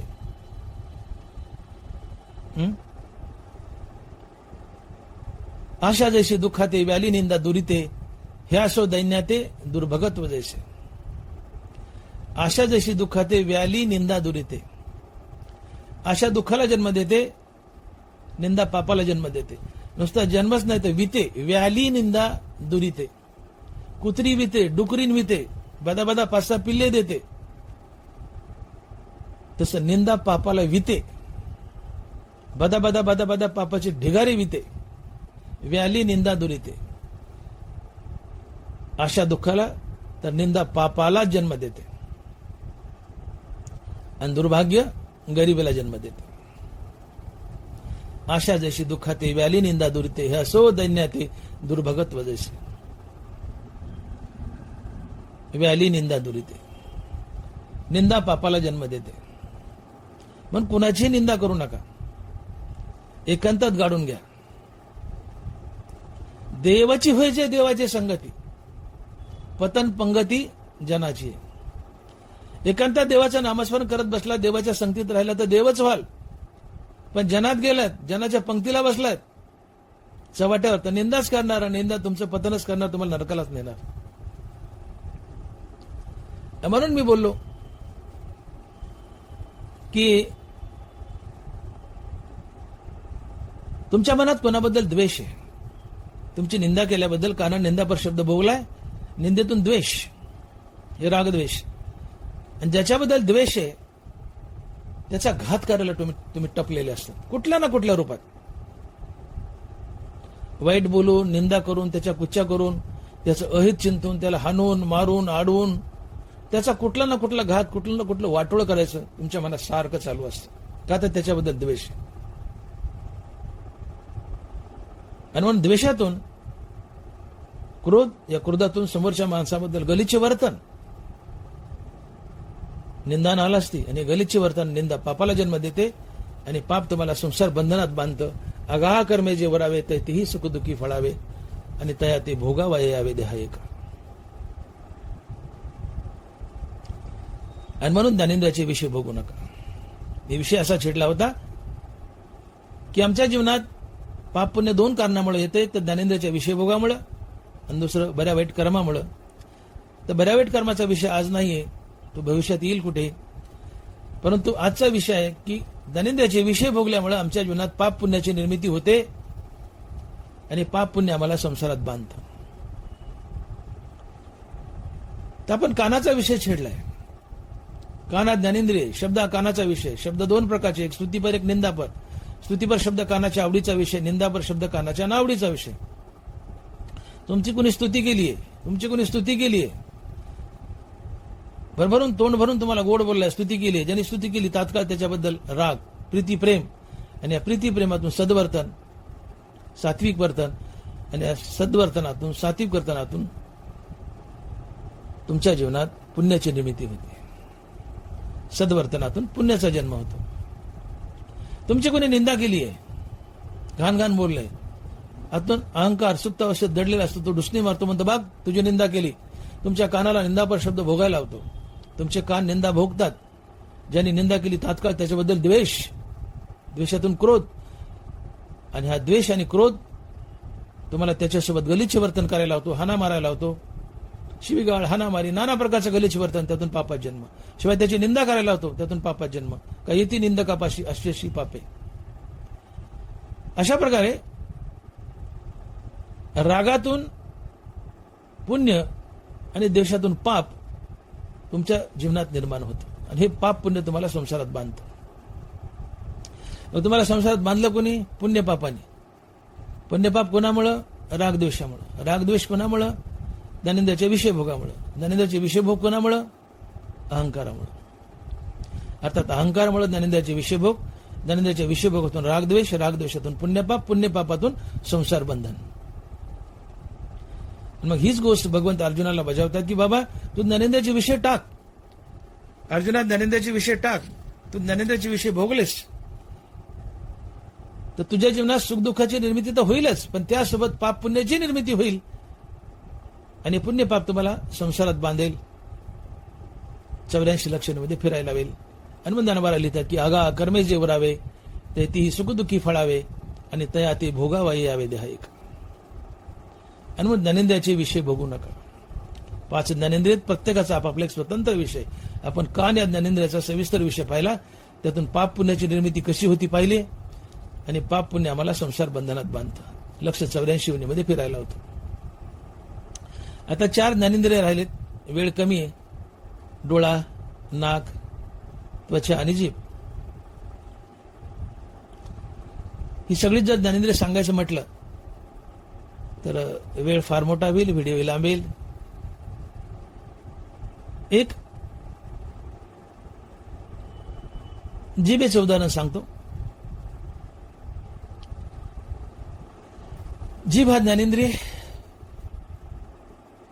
रस अर्थात चव हा जिभेचा विषय. रस प्रामुख्याने दोन प्रकारचे, गोड आणि कडू. तसे 6 आहेत, कटू आम्ल लवण, पण 2 धरा. तैसाची द्विविध रसू, जो उपजवी प्रीती आणि त्रासू, म्हणून ह्या अपभ्रंशू विषय सांगू. तैसाची द्विविध रसू, जो उपजवी प्रीती आणि त्रासू, म्हणून ह्या अपभ्रंशू विषय सांगू. जीभ हा ज्ञानेंद्रिय, चव हा किंवा रस हा जिभेचा विषय आहे. रस 2 प्रकारचे, एक गोड आणि एक कडू. जिभेला गोड रस आवडतो, कडू रस आवडत नाही.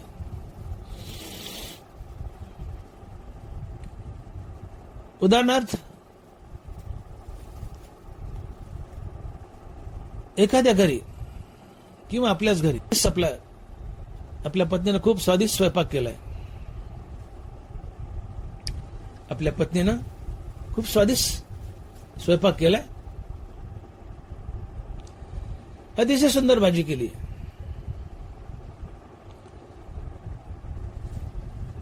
तुम्ही जर बायकोला म्हणाले की वा वा वा वा वा, काय छान भाजी केली, काय छान भाजी केली,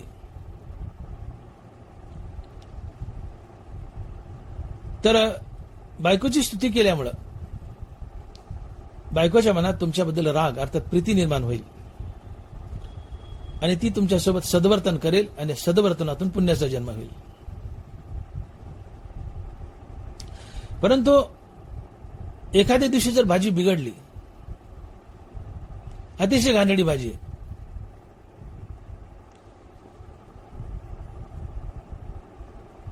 तर बायकोबद्दल तुमच्या मनात द्वेष निर्माण होईल. कारण जिभेला घाणेरडी भाजी, बेचव, कडूरस आवडत नाही. ज्याने तुम्हाला कडूरस खायला घातलाय त्याच्याबद्दल द्वेष, द्वेषातून क्रोध, आणि तुम्ही बायकोला 4-2 घाण वाईट शब्द बोलाल.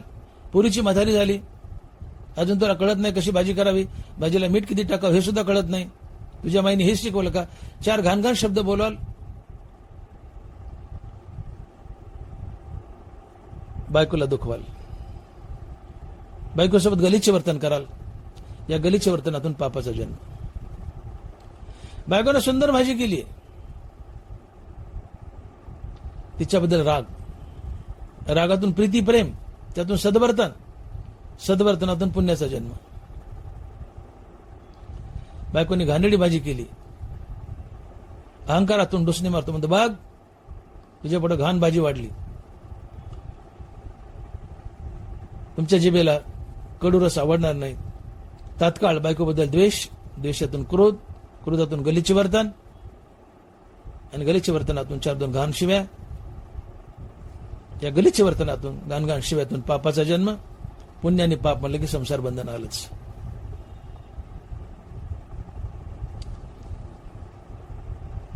त्वचा घ्या, मृदू आणि कठीण, स्पर्शाचे 2 गुण, ते तो वपूचे निसंगे कारण संतोष खेदा. त्वचा ज्ञानेंद्रिय, स्पर्श हा त्वचेचा विषय, एक मृदू आणि दुसरा कठीण. त्वचेला मृदू स्पर्श आवडतो, कठीण स्पर्श आवडत नाही. आई आहे, पत्नी आहे, कुणी असो, प्रेमानं कुरवाळलंय, मृदू स्पर्श केलाय, तात्काळ त्या मृदू स्पर्श करणाऱ्या व्यक्तीबद्दल तुमच्या मनात राग, प्रीती प्रेम, त्यातून सद्वर्तन, सद्वर्तनातून पुण्य. पण तीच आई आता तुम्हाला काठीने मारायली, हाणायली, घाण शिवाय द्यायली, बदाड. त्वचेला कठीण स्पर्श आवडत नाही. आई आहे पण काठीने मारायली, त्वचेला कठीण स्पर्श आवडत नाही.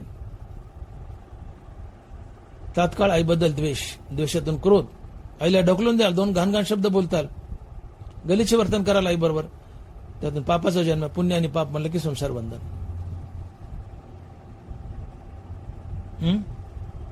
नाक घ्या, सुगंधो आणि दुर्गंधो हा परिमळाचा भेदो, घ्राणाशु विषादू तोषू देता. गंध हा नाकाचा विषय. गंध 2 प्रकारचे, एक सुगंध आणि दुसरा दुर्गंध. नाकाला सुगंध आवडतो, दुर्गंध आवडत नाही. उदाहरणार्थ तुमच्या समोर एक मनुष्य बसलाय, त्याच्या उजव्या हाताला एक माणूस आहे, डाव्या हाताला एक माणूस आहे. उजव्या हाताच्या माणसाने तुमच्या मनगटावर अत्तराचा बोळा चोळलाय.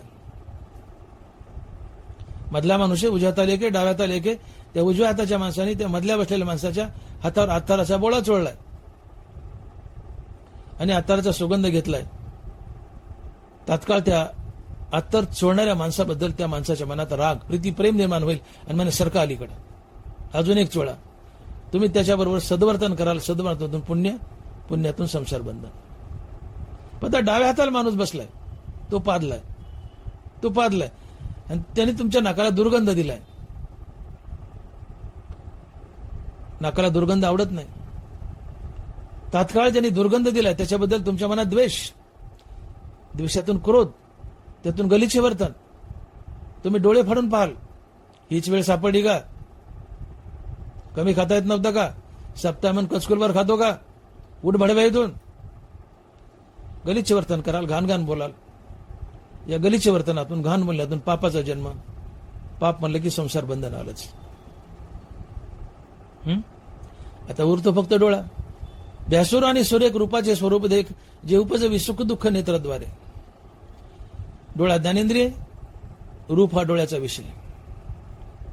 रूप दोन प्रकारचं, भ्यासूर आणि सुरेख.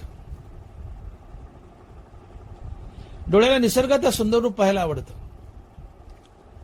रस्त्याने एखादी सुंदर स्त्री जर चालली असेल, भले नवऱ्याच्या पाठीमागे बसली मोटरसायकलवर, अतिशय देखणी, विवाहित आहे, नवऱ्याच्या मागे बसली तरी लोक वळवळू तिच्याकडे पाहतात. हा त्या माणसाचा दोष नसतो, ही त्या रूपाची ताकद असते. ते रूप तुमचे डोळे खेचूनच घेतं. का? तर डोळ्याला निसर्गदार रूप पाहणं आवडतं. भ्यासूर आणि सुरेख रूपाचे स्वरूप देख, जे उपजवी सुख दुःख नेत्रद्वारे. सुंदर तरुणी पायी चालली, नवऱ्याच्या मागे बसली, कुठे असो, तिच्याकडे लोक वळवळू पाहतात. सुंदर रूप डोळ्यानं पाहिले, त्या व्यक्तीबद्दल राग, मनात प्रेम, सद्वर्तन, सद्वर्तनातून पुण्य. पण तेच एखादी उबडदबड गल्लीचे काळीबेंद्री बाई चालली, तुमच्याकडे आली, बोलायली, तुमच्या डोळ्याला कुरूप रूप आवडणार नाही. कुरूप रूप आवडणार नाही. तिचं रूप पाहून तात्काळ तुम्हाला द्वेष, द्वेषातून क्रोध, गलिच्छ वर्तन, त्यातून पापात जन्म. अशा प्रकारे ही 5 ज्ञानेंद्रिय आहेत आणि 5 ज्ञानेंद्रियाचे स्वतंत्र 5 विषय आहेत. आणि हे ज्ञानेंद्रियाचे विषय भोगले की त्यातून पुण्य आणि पापाची निर्मिती होतच राहणार. दररोज कोणा कोणी आमची स्तुती करेल, निंदा करेल. दैनंदिन जीवनात आम्हाला नाना प्रकारची निंदा ऐकावी लागते. निंदा ऐकली की निंदा करणाऱ्याबद्दल द्वेष, द्वेषातून क्रोध, त्यातून गलिच्छ वर्तन, परपिढा, परपिढ्यातून पाप. मग दैनंदिन जीवनात कुणी स्तुती करेल, कुणी निंदा करेल. चांगलं रूप पाहायला मिळेल, वाईट रूप पाहायला मिळेल. चांगलं खायला मिळेल, वाईट खायला मिळेल. कुणी मृदू स्पर्श करेल, कुणी कठीण स्पर्श करेल. कुणी सुगंध देईल, कुणी दुर्गंध देईल. हे विषय ज्ञानेंद्रियाला मिळतच राहणार. आणि ज्ञानेंद्रियाने हे विषय भोगले की यातून पुण्य आणि पाप निर्माण होणारच. आणि पुण्य आणि पाप म्हणलं ते तुम्हाला संसारात बांधणारच. आगा कर्मे जीवरावे, ते ती सुखदुःखी फळावे आणि तया ते भोगावा यावे द्या. मग जोपर्यंत तुम्ही ज्ञानेंद्रियाचे विषय भोगतायत, या 5 ज्ञानेंद्रियाचे, तोपर्यंत जीवनात पुण्य पापाची निर्मिती होणारच आणि तुम्ही संसार बंधनात अडकणारच. आणि मग देव बजावतात, अर्जुना ज्ञानेंद्रियाचे विषय भोगू नको, ज्ञानेंद्रियाचे विषय टाळ. आणि म्हणून हे विषय टाळण्यासाठी तुम्ही न्यूट्रल राहा. सतासत कर्मी सदिसे पण मनोधर्मी, ह्याची योगस्थिती उत्तमी प्रशंसुजे. सुखी संतोषानं यावे, दुःखी विषादानं भजावे आणि लाभालाभ न धरावे मना माझे. तुम्ही स्तुतीने आनंद होऊ नका, निंदेने तुम्हाला दुःख होणार नाही. तुम्हाला स्तुतीने आनंद झाला तर निंदेने नक्कीच दुःख होईल. तुम्ही गोड रस खाल्ल्याने आनंद होऊ नका, कडू कारलं खाल्ल्याने दुःख होणार नाही. गोड गुलाबजामुन खाल्ले आनंद झाला, कडू कारलं खाल्ल्याने दुःख होणारच. तुम्ही सुंदर रूपाने आनंद होऊ नका, घाणेरडं रूप पाहिलं दुःख होणार नाही. सुंदर रूप पाहिलं आनंद झाला, घाणेरडं रूपाने दुःख होणारच.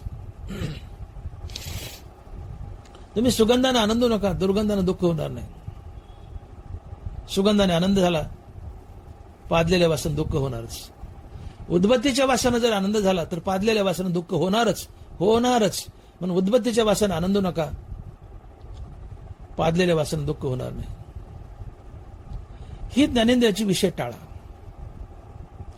5 ज्ञानेंद्रिय बलवान आहेत, त्यांचे स्वतंत्र विषय, त्यांचे विषय भोगतात. दैनंदिन जीवनात विषय भोगतात, अर्थात तुम्हाला विषय भोगायला लावतात. आणि ज्ञानेंद्रियाचे विषय भोगले की तुमच्या जीवनात पुण्य पापाची निर्मिती होणारच आणि तुम्ही संसार बंधनात अडकणारच. आणि म्हणून अर्जुनाला देव बजावतायत की अर्जुना, हे ज्ञानेंद्रियाचे विषय टाळ. का? तर ज्ञानेंद्रियाचे विषय भोगलेस ते ज्ञानेंद्रिय मनाला आपल्या अधीन करतात. मन या ज्ञानेंद्रियाच्या कचाट्यात जातं आणि मन देव असूनही स्वतःला जीव समजतं, त्याला भ्रम होतो.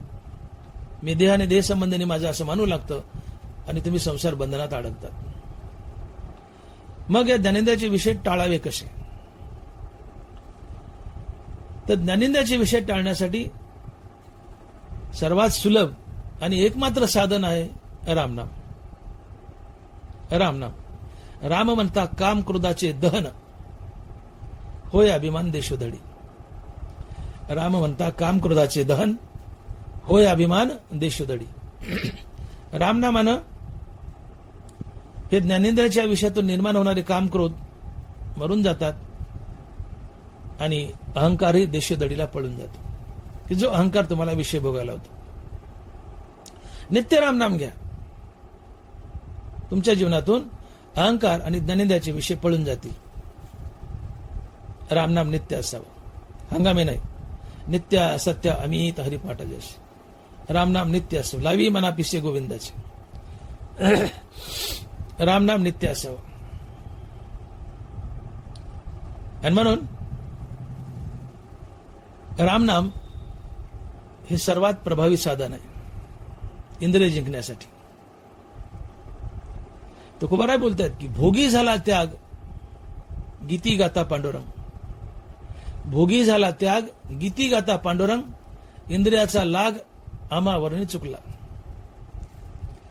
एका चरणात तुकोबाराने इंद्रियाचा फडशा पाडलाय. इंद्रियाचा फडशा पाडलाय. बघा महाराज काय म्हणतात, भोगी झाला त्याग, गीती गाता पांडुरंग. इंद्रियाचा लाग आमावरणी चुकला. तुम्ही पांडुरंगाचं नामस्मरण केलं तर भोगाचं रूपांतर त्यागात होतं आणि इंद्रियाचा लाग म्हणजे इंद्रियाचा पगडाही आमच्यावरून निघून जातो. अर्थात इंद्रिय सहज आमच्या ताब्यात येतात. इंद्रियाचा लाग आमावरणी चुकला. भोगी झाला त्याग, गीती गाता पांडुरंग. इंद्रियाचा लाग आमावरणी चुकला. तुम्ही नित्य पांडुरंगाचं विठ्ठल विठ्ठल विठ्ठल असा जाप करा, रामकृष्ण हरी जाप करा. इंद्रियाचा पगडा जो आहे तुमच्या मनावर तो निघून जातो. इंद्रिय विषय भोगाचे विसरतात आणि भोगाचं रूपांतर त्यागात होतं. भोगाचं रूपांतर त्यागात होतं. तो बरंच बोलतायत, नाम घेता कंठ शीतळ शरीर. नाम घेता कंठ शीतळ शरीर, इंद्रिय व्यापार विसरती. बघा प्रमाण काय आहे तुकोबारायांचं. नाम घेता कंठ शीतळ शरीर, इंद्रिय व्यापार विसरती. तुम्ही जर रामनाम नित्य घेतलं तर तुमचा कंठ आणि तुमचं शरीर शीतळ होतं. तुम्हाला एक सुखद अनुभव येतो आणि यासोबत इंद्रिय आपला व्यापार विसरतात. इंद्रियाचा व्यापार काय?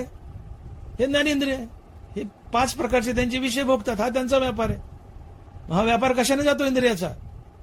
तर महाराज म्हणतात, नाम घेता कंठ शीतळ शरीर, इंद्रिय व्यापार विसरती. तुम्ही हरिनाम घ्या, शरीर थंडावेल, रिलॅक्स वाटेल, सुखाची प्राप्ती होईल. त्यासोबत इंद्रिय आपला व्यापार विसरतील. अर्थात इंद्रियाचा तुमच्या मनावरील पगडा निघून जाईल आणि तुमचं मन या इंद्रियाच्या तावडीतून सुटेल आणि त्याचा भ्रम जाईल. तात्पर्य, रामनामानं इंद्रिय विषय भोगण्याचे विसरतात. रामनामानं इंद्रिय विषयातून बाहेर निघतात.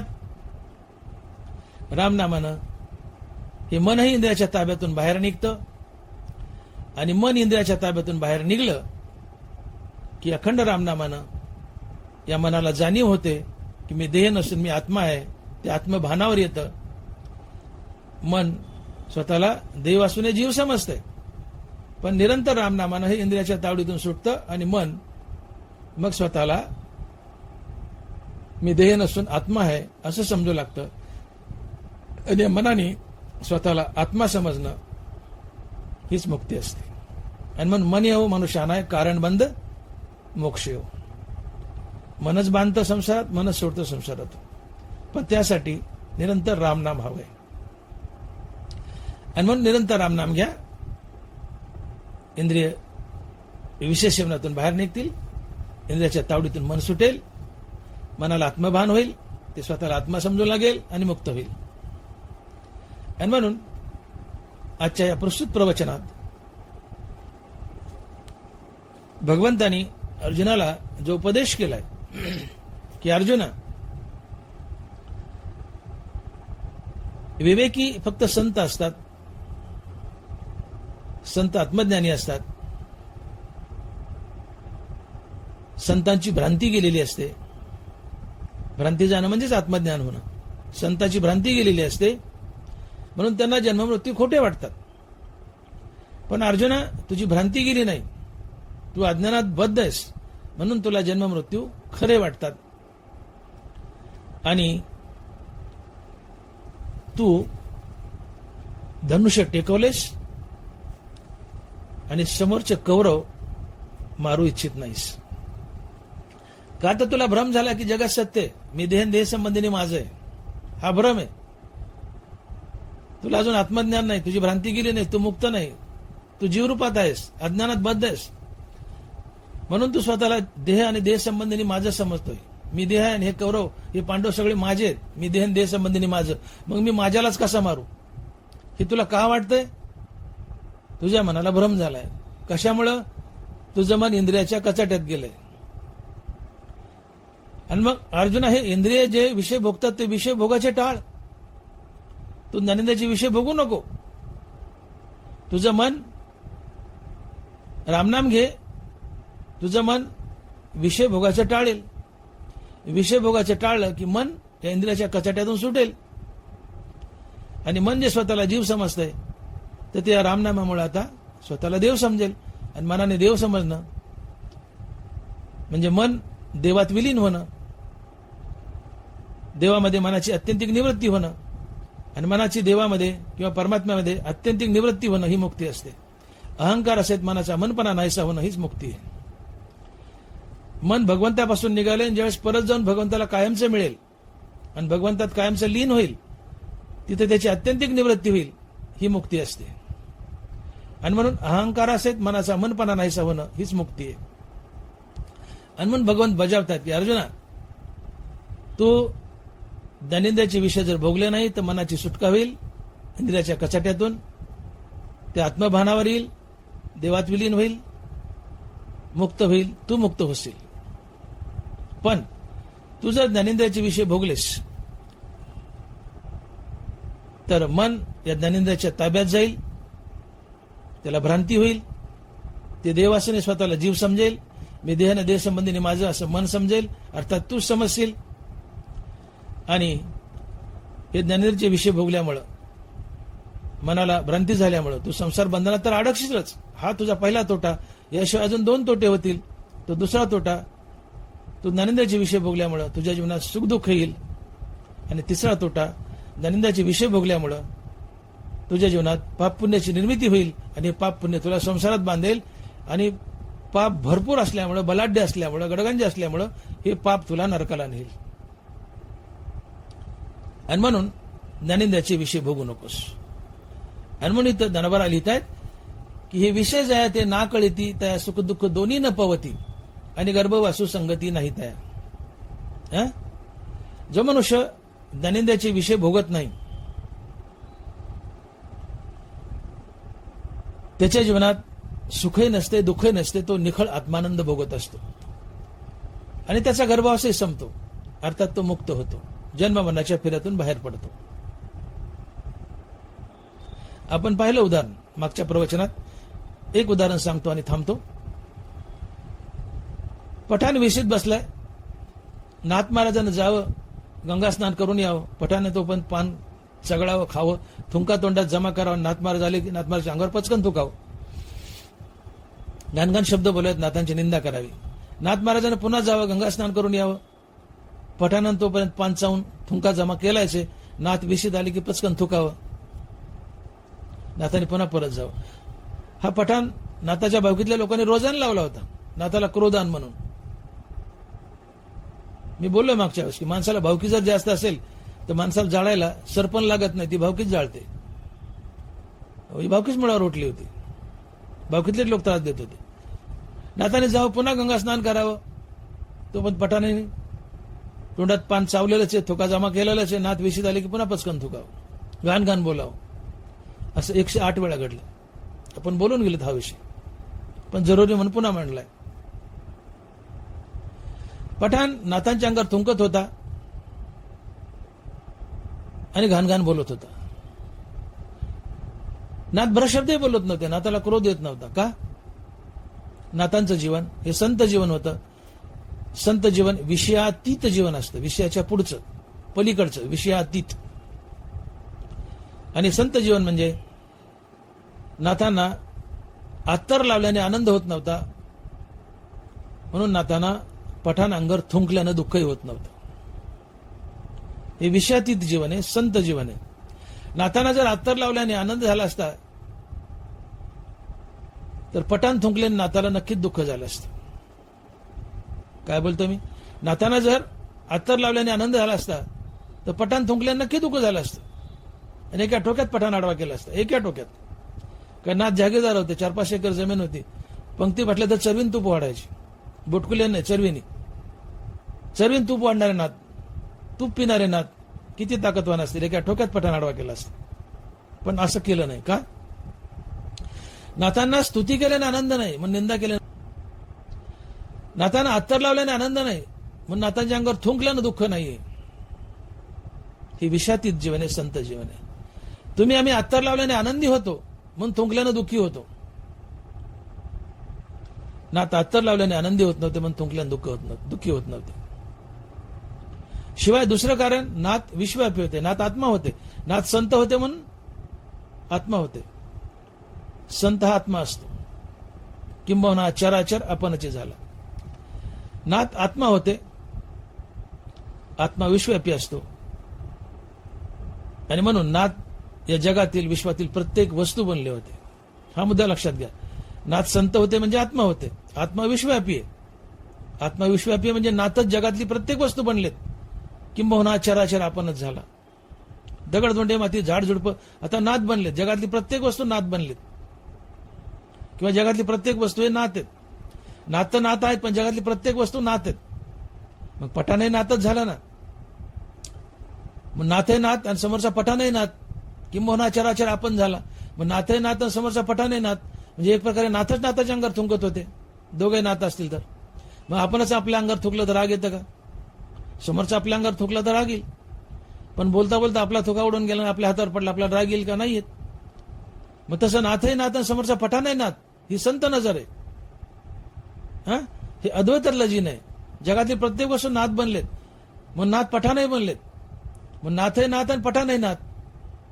इथे पठाण नाथाच्या अंगावर थुकत नाही, इथे पठाण नाथाच्या अंगावर थुकत नाही, तर नाथच नाथाच्या अंगावर थुकतायत. का? नाथही नाथ आणि पठाणही नाथ. म्हणून पठाण नाथाच्या अंगावर थुंकतच नाही, नाथच नाथाच्या अंगावर थुंकतायत. ही नाथाची नजर आहे, हे संत जीवन आहे. म्हणून नाथाला क्रोध येत नाही. आपणच आपल्या अंगावर थुकलत कसं रागील? हे अद्वैतातलं जीवन आहे, संत जीवन आहे. आणि मग संत विषय भोगत नाहीत.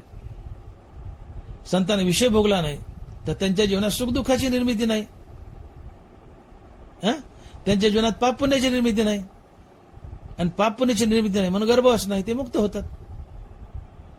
आणि म्हणून हे विषय जया ते ना कळती त्या सुखदुःख दोन्ही न पवती, आणि गर्भवासू संगती नाही तया. पुंडलिक वरदे हर विठ्ठल.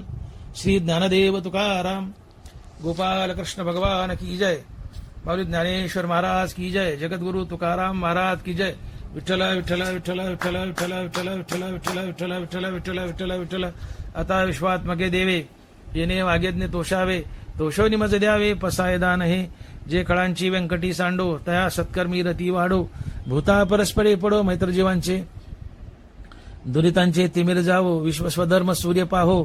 जो जे वांछील तो ते लाहो. प्राणीजात वर्षात सकळ मंगळी ईश्वरनिष्ठांची मांदी आळी अनवरत भूमंडळी भेटो तया भूता चला कल्पतूरचे आरव चेतना चिंतामणीचे गाव बोलते जे अर्णव पियुषाचे चंद्रमे जे अलांछन मार्तंड जे तापहीन ते सर्वाही सदा सज्जन सोयरे होतो किंबहुना सर्व सुखी पूर्ण हो निती लोकी भजिजो आदिपुरुखी अखंडित आणि ग्रंथोपजीवे विशेषी लोकीये द्रष्टाद्रष्ट विजय हो आवेजी येत मने श्री विश्वेश्वरावो हा होईल दान पसावो येणेवरे ज्ञान देवो सुखिया झाला येणेवरे ज्ञान देवो सुखिया झाला येणेवरे ज्ञान देवो सुखिया झाला पुंडलिक वरदे हर विठ्ठल श्री ज्ञानदेव तुकाराम गोपाल कृष्ण भगवान की जय मौली ज्ञानेश्वर महाराज की जय जगद्गुरु तुकाराम महाराज की जय विठ्ठल विठ्ठल विठ्ठल